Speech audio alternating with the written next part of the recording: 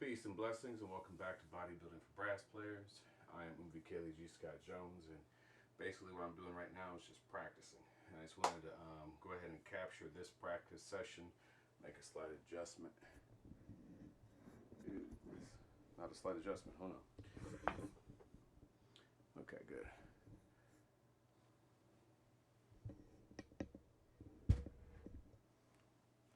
Anyway, I just wanted to adjust the microphone real quick. I might have to start over again. Here we go. No, it's fine. Alright, so just wanted to get some content up and record a practice session. Basically what I'm doing right now is I'm working on Donna Lee. I have a student at Central State who's going to be playing Donna Lee on his senior recital, and you know, he asked me to play bass trombone on it, so I'm working it, making decisions about which valve to use for which note, working on tempo.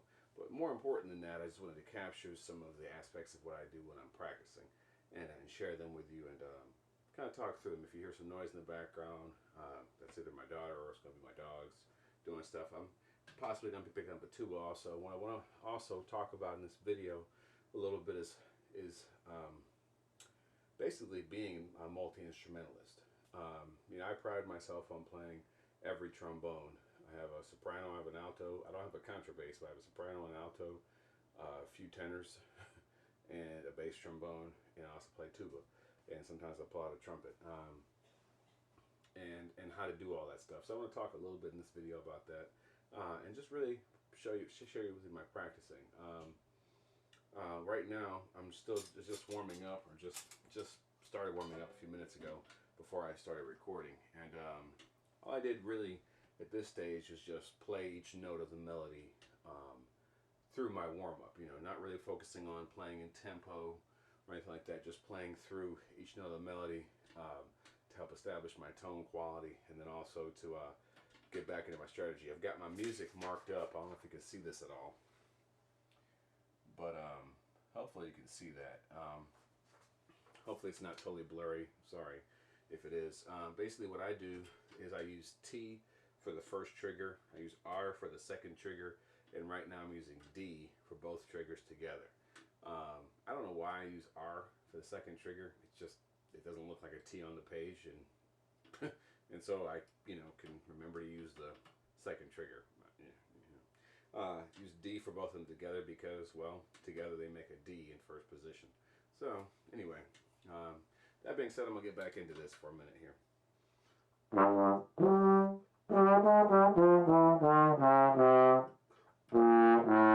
am gonna do that. I'm gonna put that in the trigger positions in the the second trigger position for that B flat and that A.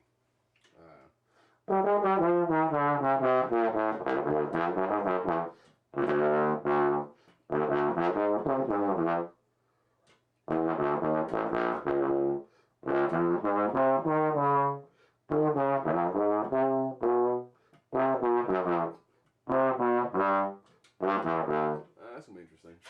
I'm marking this music all up with notes, with positions.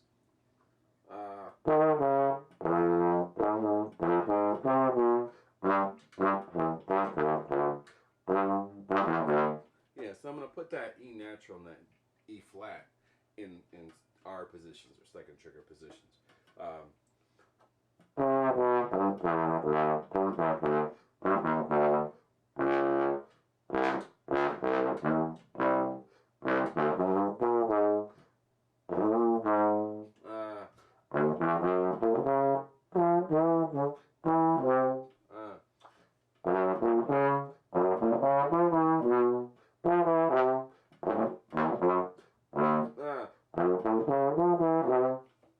I might do that too. Wow. So it's something like that. So when you're playing Donna Lee in the 8th measure, there's an E flat minor 7 to D7, and in the melody, hopefully you can see that right there. I'm talking about right here. Okay, if you can see that. With something like that, so what I would do, you know, with time, if I had the time to do it, is I would take this lick and I would make an exercise out of that. So, you know, I would say, okay, I've got a major 7 chord. It's an E flat minor 7, but it's starting on the 3rd, which means you have a G flat, a B flat, a D flat, and an F, which is in essence a G flat major 7 chord. So you might take that up and just experiment with that.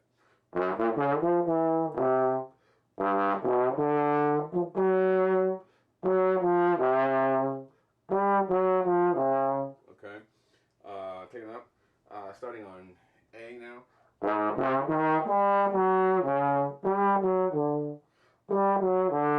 Oh wow. A, natural.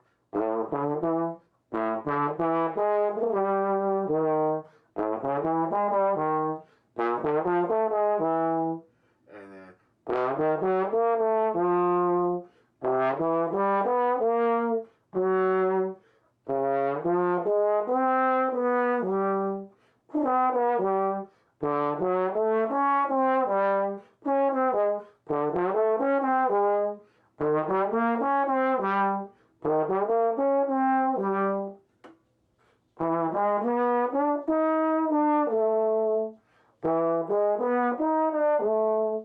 interesting. So the first and the last note of that phrase are a tritonal part.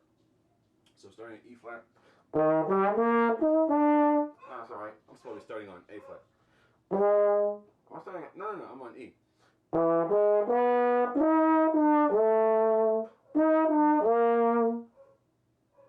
They're starting on F.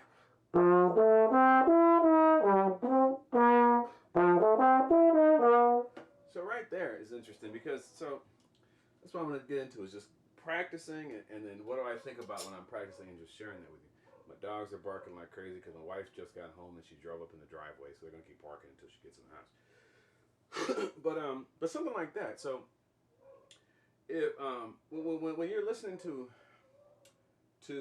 jazz musicians and they're playing all these and doing a lot of stuff with patterns and sequences and stuff, a lot of that comes from taking an idea and transposing it up in half steps.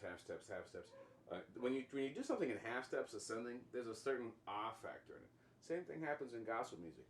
When you're playing, when the choir is singing something, and all of a sudden, ooh, they take it up a half step. There's this new life all of a sudden. Take it up a half step, ooh, new life all of a sudden. Same thing happens in So What or Impressions. That half step, and you're going from So What, you're going up a half step, and then you start going back down a half step, whatever. But that half step motion is so vital, and it's so easy to take something up and make it interesting. So if you do that with a pattern like this, what's going to happen is you're going to re-emphasize, you're going to get more knowledgeable about that pattern. You're going to hear that pattern in your mind, which is going to allow the body to reproduce it better, more accurately. And then on top of that, well, you got a nice little lick you can throw into something. Hold on one second. Normally wouldn't be checking my messages, but okay, cool. We're getting ready for Thanksgiving, and so real life is happening. I just wanted to sneak some practice moments in there. So with something like this, you got some cool licks, a cool lick knowledge you can practice. I'm not a big lick person, just because when I'm playing and I'm soloing, honestly, it's really hard for me to think of a lick when I'm soloing. Like, really difficult. So I just think of, anyway, but if you are a lick person where you like to quote this lick and that and the other, that's a way of doing it. Just take it right out of a tune. So going right back to the original, or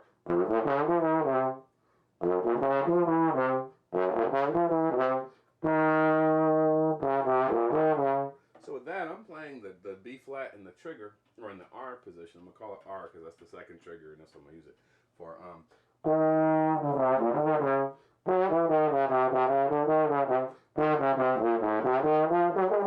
Oh no.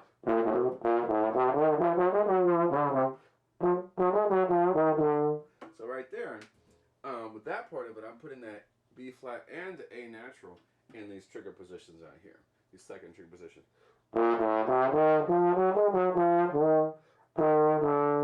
So that right there, right there of that F7, what's happening is, the F7 is just the F, A, C, E flat. But what's happening in the music, let me try to make this close. Hopefully these are in focus. Right here, this measure, yeah, the F7 measure in the 12th measure of the music.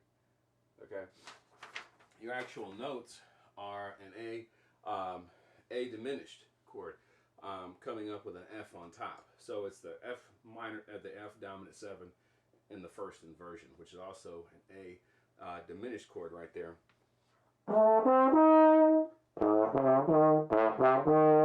So, and then you get the F on top.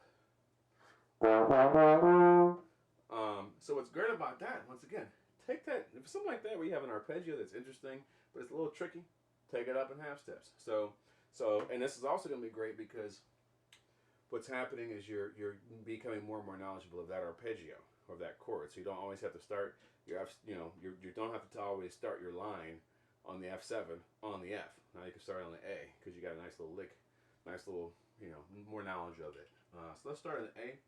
But I'm gonna,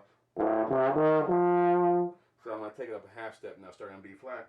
And I have to think, okay, I'm on a G flat dominant 7 right now. Now I'm on a G dominant 7. A flat dominant 7.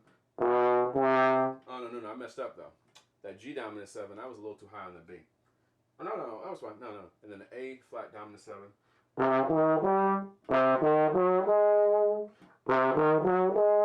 Now the D flat dominant 7. No. Sorry. This is an A dominant 7.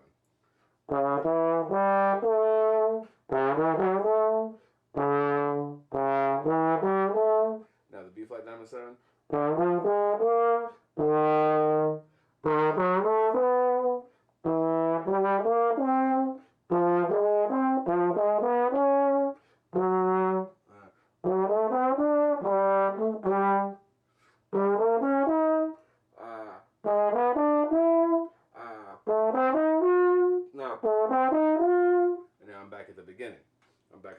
With starting on A. Or you can also do the opposite of it. You can. Is that right? Yeah. And then I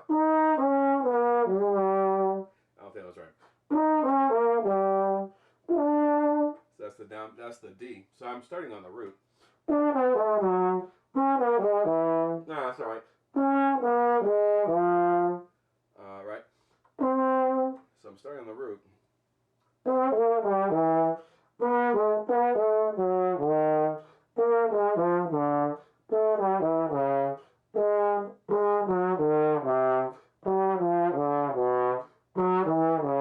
No, that's not right. It's not right. That is right. Okay, anyway.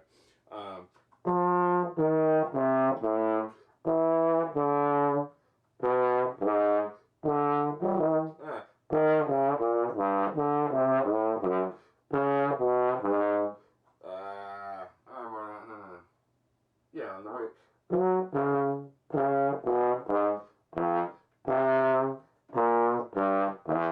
Etc. There's a lot of cerebral stuff that goes in there, and you want to do those sorts of things until you can hear them and you just know where they are. That's also a way of warming up. So, like, if you want to, you say, what am I going to do to warm up today, or what am I going to do to create a new exercise? Because I mean, the reality is there are amazing method books out there. I'm a fan of several method books. They're great resources, but you don't always need a new method book. You don't always need to rip out or pull out the Arbenz book. Take a piece of music like Donna and just make your own exercises. And then the next day make new exercises and new exercises. You can write them all down, or you can just keep flowing. You're going to grow in that process. But something like that's just going to open you up. Now, if you're a classical player and you're not a jazzer, I hate that phrase, a jazzer. What the heck is a jazzer? Is there such thing as a classicaler or a funker? Anyway, or a gospeler. Anyway, if you're not a jazz player or an improviser, really, it's really boils down to, if you're not an improvising musician, and you feel like, oh, I don't need to know all this stuff. Well, yes, you do. Because improvisational exercises are going to make you a stronger classical player. Period. They're going to help you out. They're going to help your command of the instrument. They're going to open up what you're hearing, your ear training and everything. They're gonna help bridge the gap and make a stronger connection between you and your horn. Period. Now, at the same time, playing classically well helps jazz playing, or improvising. you know, music is music, and not to say all music is the same, but playing this music is going to help you with this music, is going to help you with that music. Playing heavy funk music is going to help you with your rock music. It's going to just open you up and draw new connections. So anyway, that's what I would do on something like Donna Lee. So I'm going to keep going from the 12th measure. So like I said, I'm playing that out in these R positions, or these second trigger positions.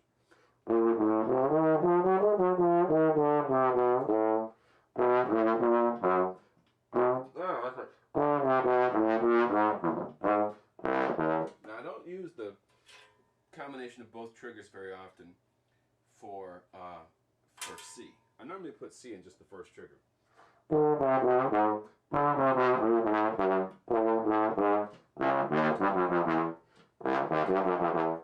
normally would do it like that. I'm putting that A flat in third, so I'm really trying to keep as close to third position as I can. I don't know how fast we're playing this in his recital. I'm not a no, that ain't happening. But still, whatever it is, I want to be clean and have, you know, accuracy and not have to sit there thinking about it. So.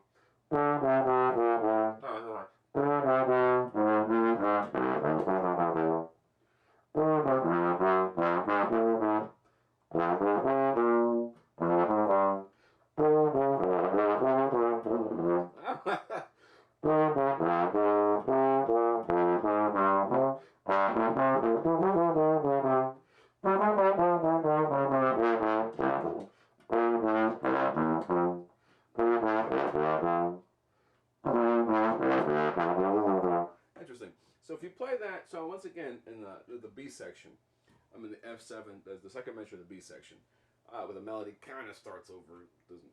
Well, actually, it does start over. I'm not talking about kind of. Where the melody starts over, you're restating the A section, the beginning of A section. The point is that playing that B flat out in fifth, or you know, setting it up though for that whatever that C is going to be, whether it's going to be with both triggers or if it's going to be in 7th position with the first trigger, which is the first trigger 6th position. Anyway, where you put that E flat next though can really set up the you know, how close everything else is. If I put this E flat in the second trigger, or versus, I think I'm liking the both triggers together for that C, and then the second trigger for that E flat, because what's happening in that motion is I'm going out. I'm going straight out. You know, just moving out, and then I'm coming back in.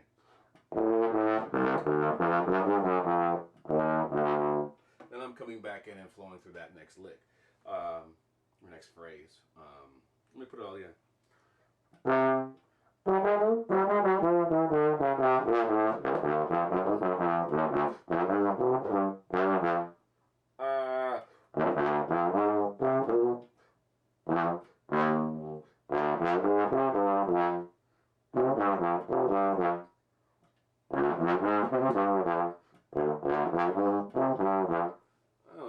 C right there. I know there's a lot of thinking. You might be like, man, you're thinking this way too much. But wait till you start doing this on bass trombone. If you're not, I mean, my bass trombone honestly is my secondary trombone. I don't play as much as I do tenor. I'd love to say, man, yeah, I'm a serious bass trombone player. Here's mine. Drop this thing. But I am serious about it. But I'm not. You know, this isn't my principle. I'm not, you know, a full-time bass trombone player. So I'm thinking a lot, and I don't want to be on the gig, on the recital, because I'll be reading this on the recital. I'm not memorizing this again. That was a long time ago. But I'm not going to be on the recital thinking positions. I want it to be all just reflexes at that point. So anyway, that's why I'm really thinking about where I want to put that C and put different notes. I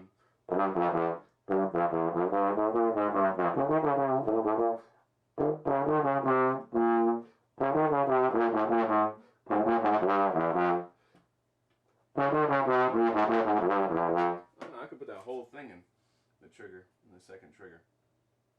Just go out to 7th for that A flat.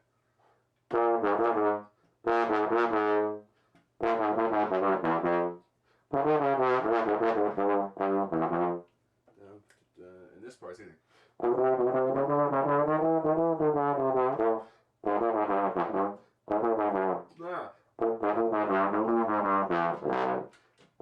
That's an interesting one right there.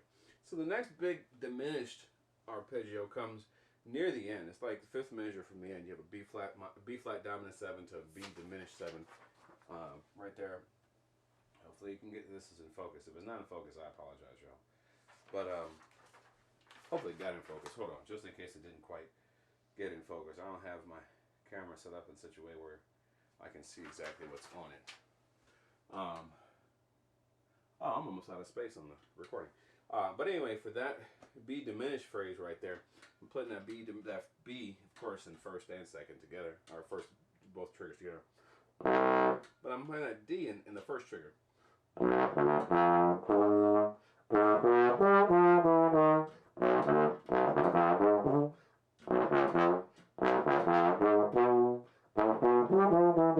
me check. Hold on 1 second.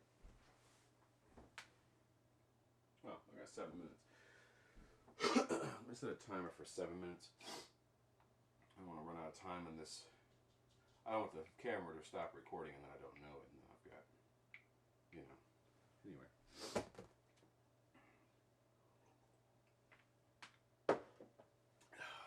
But right there, though, you know, I'm putting that. That's basically it. It's a B, D, F, A flat, B. It's a straight up, fully diminished 7 chord. It's another lick where you could take that and just really extend it. I mean, it's just a fully diminished chord, but thinking of it in that kind of context, well, let me take it through the whole horn. Hold on.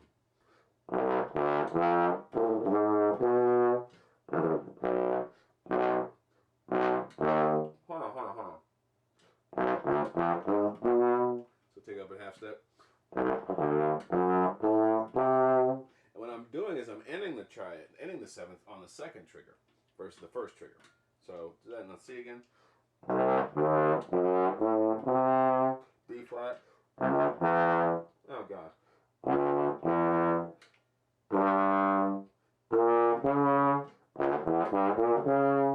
Okay, do it in D or D.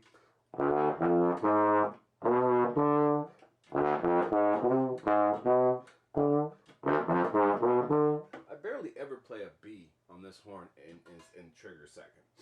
I barely ever use the first valve to play a B because the second valve, I mean, it's only a position away, or a whole step. It's only a position away though, and typically I just with most bass trombones, if it's an independent system, I like to play as much as I can on the second valve. So generally speaking, I won't use the first valve for that because the second valve is just a little bit shorter. I mean, it's a whole step. I mean, it's a half step shorter in length, but it's a little more open sound. Regardless of what's going on here, it's a little more open sound, just slightly. So anyway, D, we're in D right there. Now E flat. That's one good thing about using that trigger, a second trigger for that E flat. You go from that E flat to that G flat without really moving. Now,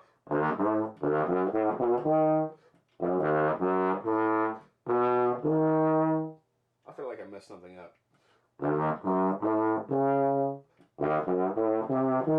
There it is. Man, that's weird. You get too caught up here and then things just get weird. So E flat again. E flat. E.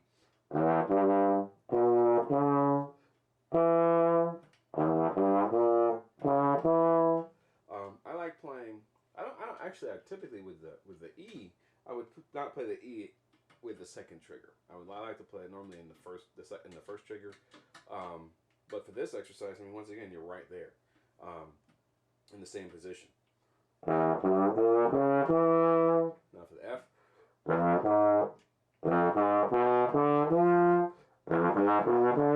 Look at this for a second. You know, trombone players, look at this. I'm playing E. I'm playing F right here. Sorry. It's getting rough. A flat. B. D. F. It's almost all in the same position. Then now the F sharp one.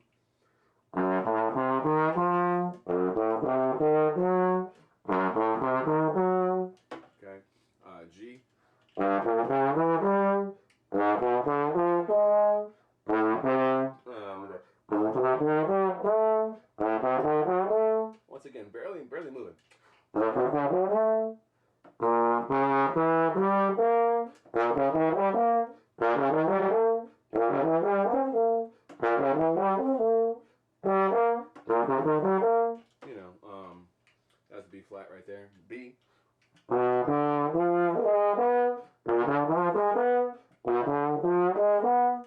C. I messed that up pretty badly. D flat. And I don't know how many people do this. Put the D flat in first. It's a slightly flattened first position, but I like putting D flat there sometimes. It's real convenient. For the B flat minor arpeggio. But D flat is just it's nice right there.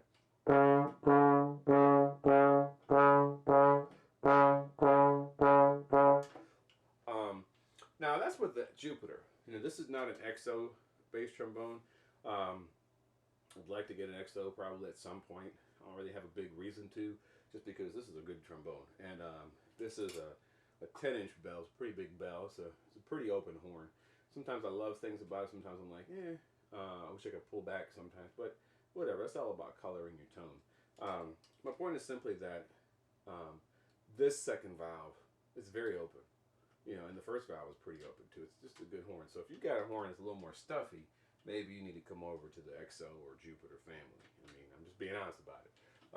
Anyway, right there. D. E flat.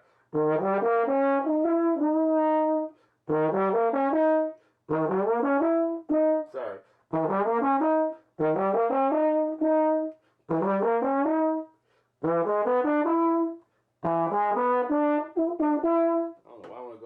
For some reason all of a sudden.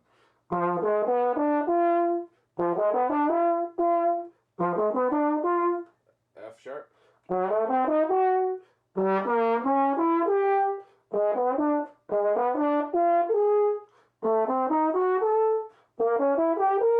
If you're worried about what am I doing, if I'm moving too fast, all I'm doing is doing ascending diminished 7 arpeggios. If you don't know what a diminished 7 arpeggio is, or diminished 7 chord is, you start on one note, go up a minor third, go up a minor third, go up a minor third. So from B flat, up a minor third to D flat, up to E or F flat, and then up to G. And then you land on the B flat again if you want to land on the root of the chord again. Anyway, that's all I'm doing. So I'm just taking this lick out of the tune. So once again, what am I doing right now? I'm in my practice session. Really before doing any of this stuff on Donna Lee, what I did was wherever I just was, I'm going to recap. So in my practice here, I started off, I think, with just octaves. Just starting, picked up a horn for the first few notes. I think I started on a G. I do remember that.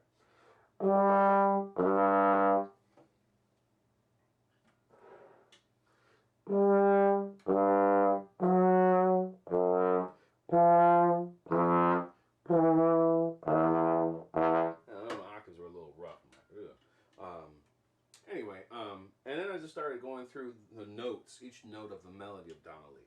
Now we're in about rhythm, just.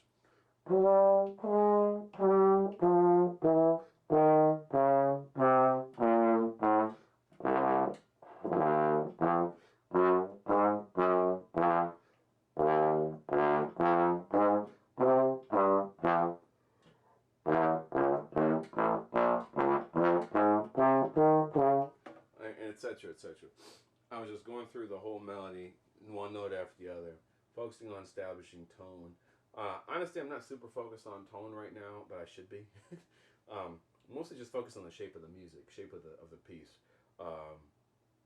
And then after that, just playing through it again and re-emphasizing and just more in tempo, and then I'm dissecting phrases. So, I'm taking, different parts of the melody and just making an exercise of it. So right now I'm on the 5th bar from the end of the whole page before the turnaround.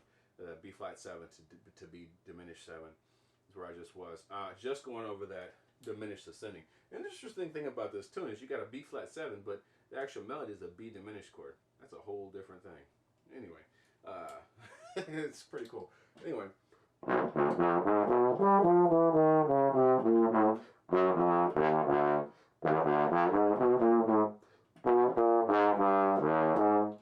Alright, so what I'm doing right there, if that was too fast, once again, I'm playing a lot of B flats out here in fifth with a second trigger.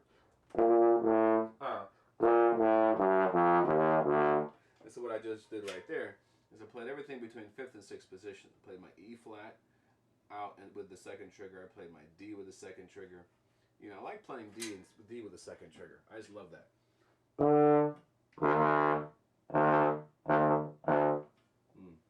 So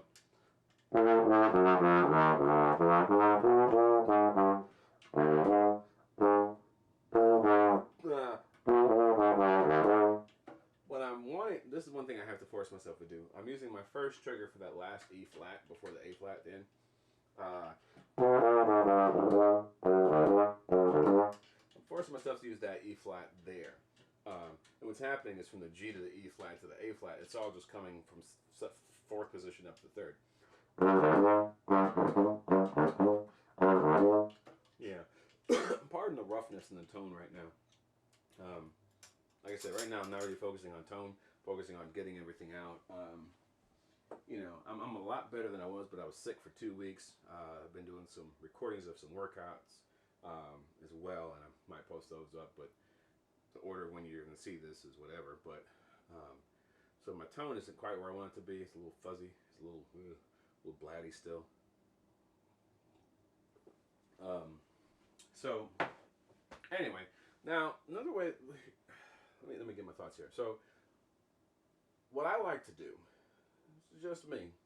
I like to work with something on the trombone. Say, okay, I'm reinforcing my understanding of it. Let me take it over to the tuba. Why? Because I like playing tuba, and I teach tuba. And once I started teaching tuba or teaching low brass at Central State, as soon as I could get a tuba, I got a tuba. Now, once again, this is not an XO tuba. This is a B flat mono Weston. This is a precursor to the Howard Johnson model. I like the tuba a lot. I kind of have a love-hate relationship with it though. Sometimes I really like it. Sometimes I'm like, ugh. If I'm in a decent sized room playing with an ensemble, I enjoy playing it. In this space, it's okay. I enjoy it, but it's an interesting experience. I'm wanting to get either the Jupiter tuba that has the open wrap valves, which is another B flat tuba, or go ahead and get an XO C tuba at some point. But until I sell this one, there's no real reason for me to get a new tuba. My wife would seriously have a problem with it, and honestly, God, truth, so would I. This makes no sense. So financially. Anyway, so what I will do a lot of times is go straight to a different instrument with it. So let me check my camera angle real quick. Yeah, that's fine. That's just fine. So I'll take something like this and go straight to the tuba, because what I want to do is always strengthen my chops on multiple instruments. Since I teach multiple instruments, I just go right into it. Also, what I want to be able to do, I always want to be able to jump from one horn, quickly jump from one horn to the other. I'm going to take a second to oil my valves. I have not oiled these valves in several days. So I am an endorsed XO artist. Like I said, I would love to have an XO or a Jupiter tuba. There's nothing really wrong necessarily with this one. Not a huge fan of some of the aspects of playing it. Sometimes it's real like I move a lot of air. You know, if it's not clear from how loud I play all the time, I move a lot of air, and that's just what's natural to me. And I really have to hold back. Like when I'm playing my jazz tenor or my small bore, I really have to hold back on that one, which is fine. But with a tuba, I don't like holding back really, but with this one I really have to hold back still, and really make sure everything is really super focused. The bore size is small. I'm not sure what it is, but it's pretty small for tubas. At the same time, I have no interest in a 6/4, behemoth of a tuba. XO doesn't even make a 6/4 right now, but I have no interest in a giant tuba. I'm not an orchestral player. So, But I do use this sometimes in the Nasty Natty brass band. You know, I play with it a lot of time. Most of the playing I do with this though is if I'm playing with the Dayton Public Schools. When we do combined bands and things, sometimes there are only a couple kids playing tuba, so I'll play with the kids. But anyway, so I'll take and go, like I said, right back into the melody.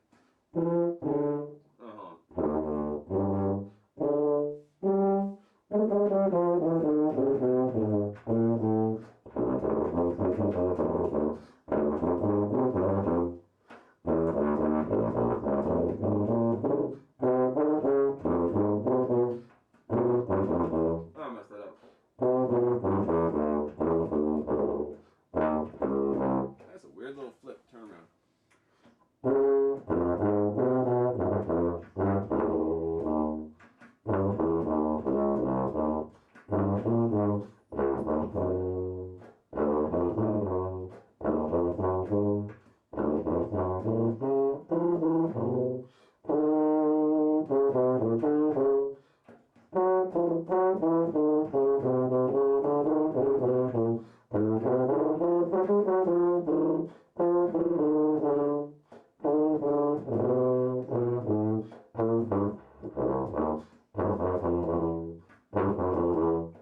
So anyway, even right here, like going from in between some of the partials and things, there's a lot of focus I have to do. Now it also might be the mouthpiece. So what I'm gonna probably do at some point in the near future is an experiment again with a couple different mouthpieces. The one I'm playing right now is a Miraphone 23, and I like it. I like a lot of things about playing on it, but at the same time, honestly, guys, I have one of those plastic, white plastic mouthpieces that's kind of like a Bach for sousaphone, and I put that in this. It's like some things just lock in a lot easier. So I'm thinking I'm gonna go with a shallower cup, something a little different, and see how I like that. But I don't want to spend a whole lot of money, so we'll see. But that's what I'll do a lot of times. I'll get right into just go into playing stuff on the tuba, back and forth with the tuba and the trombone.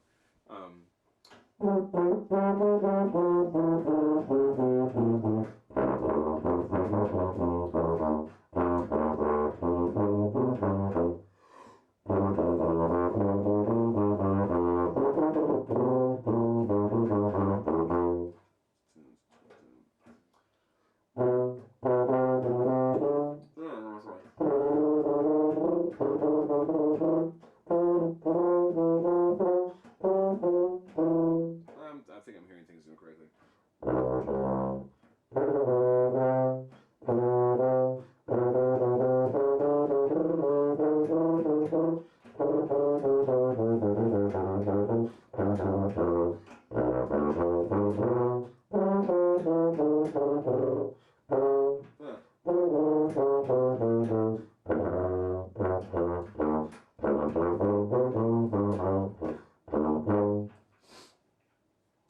And so you can hear, the difference is really where I am right now, tone quality wise, in the tuba and the bass trombone. And it's not really locked in at all where I want it to be. Not really locked in at all right now for like I said, for where I want to be. But it's still getting into the flow. I'm still reinforcing my knowledge of the piece. I'm going back and forth between the mouthpieces with pretty decent ease. Going between mouthpieces. I do want to say this. I might put up a bigger video or longer video talking about just being a multi-instrumentalist. But going between mouthpieces, the most important thing is to have a setup that works for you. So that when you can pick up a horn, you don't have to think, oh, let me make this adjustment. Oh, let me make that adjustment. I mean, you're thinking, okay, I've got a bigger mouthpiece on my lips versus this thing over here. But that's really about it. You don't want to be making huge adjustments when you're switching between horns. So I did want to point that out. Improvising wise, honestly, I'll even take and improvise a little bit on tuba. My improvising chops on tuba are pretty limited. But I also take those same things, those same exercises with those arpeggios. So like that B diminished 7 I was talking about a minute ago.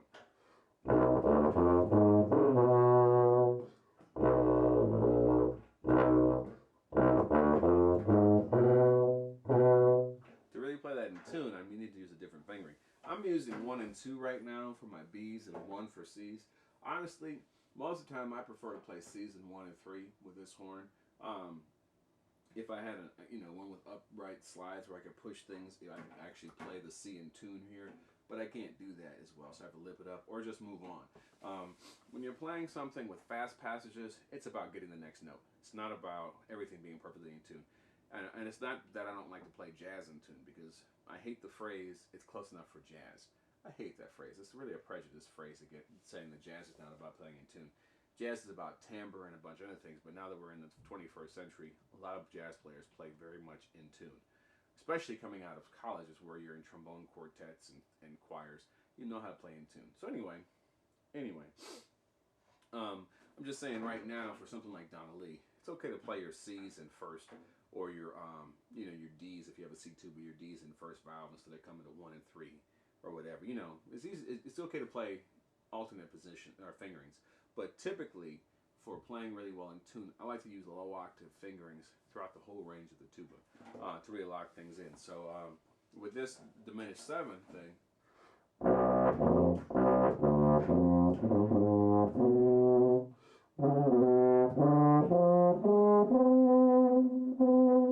or if you want to do an in tune for,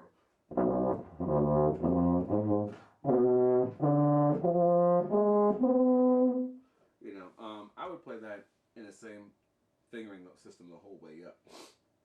Now, if you know that you're playing a passage where you have to play a flat position or flat note, you might use a different fingering or whatever.